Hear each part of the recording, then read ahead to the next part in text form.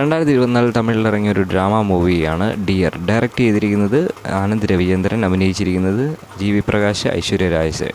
സിനിമയുടെ പ്ലോട്ട് എന്ന് പറയുന്നത് കൂർക്കമ്പലിയെ ബേസ് ചെയ്താണുള്ളത്. ഇതേ പ്ലോട്ടിൽ തന്നെ വേറൊരു സിനിമ ഇറങ്ങിയായിരുന്നു ഗുഡ് നൈറ്റ് എന്ന് പറയുന്നത്. പക്ഷേ ആ സിനിമയിൽ നിന്നും വ്യത്യസ്തമായിട്ട് തന്നെയാണ് ഈ സിനിമ എനിക്ക് തോന്നിയത്. അത് കണ്ടതിൻ്റെ ഒരു അതിൽ നിന്നും ഭയങ്കര വ്യത്യസ്തമായിട്ട് തോന്നി.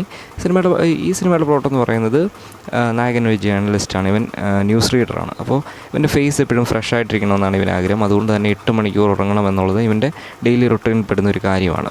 അതിന് ഒരു കോംപ്രമൈസ് അവൻ ചെയ്യാറില്ല. ചെറിയ സൗണ്ട് കേട്ടാൽ പോലും ഇവൻ ഉറക്കത്തിൽ നിന്ന് ഞെട്ടി എഴുന്നേൽക്കും. പക്ഷേ ഈ ഐശ്വര്യ രാജേഷിൻ്റെ ക്യാരക്ടർ എന്ന് പറയുന്നത് ഇവർ കൂർക്കമ്പലി ഭയങ്കരമായിട്ടുള്ള ഒരാളാണ്. ഇത് മറച്ചു വെച്ചാണ് ഇവൾ കല്യാണം കഴിക്കുന്നത്.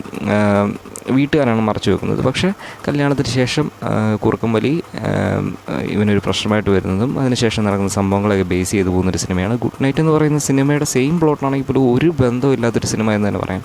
വളരെ രസകരമായിട്ട് തോന്നി. ജസ്റ്റ് ഒരു വൺ ടൈം വാച്ചബിൾ എന്നേ പറയാനുള്ളൂ. കാണാത്തവരുണ്ടെങ്കിൽ ഒന്ന് കണ്ടിട്ട് നോക്കാൻ പറ്റും.